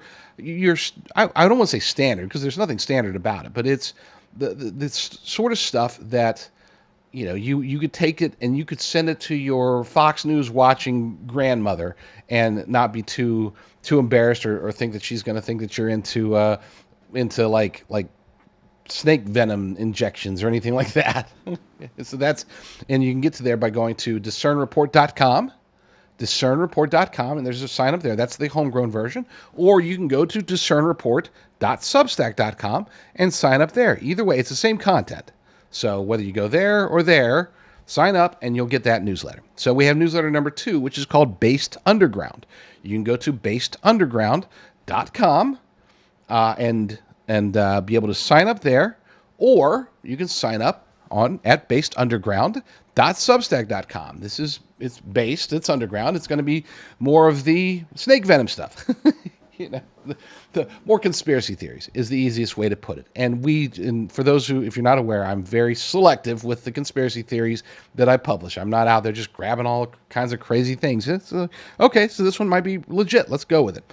And then the third one, arguably the most important one, is the J.D. Rucker newsletter, jdrucker.substack.com. You can get to it through noqreport.com, through americafirstreport.com. This is going to be everything else. Everything that I do, everything that I believe is important, I'm going to put it there. So check them out. There's 3 options. Pick 1, pick 2, pick 3, and start getting the truth every day.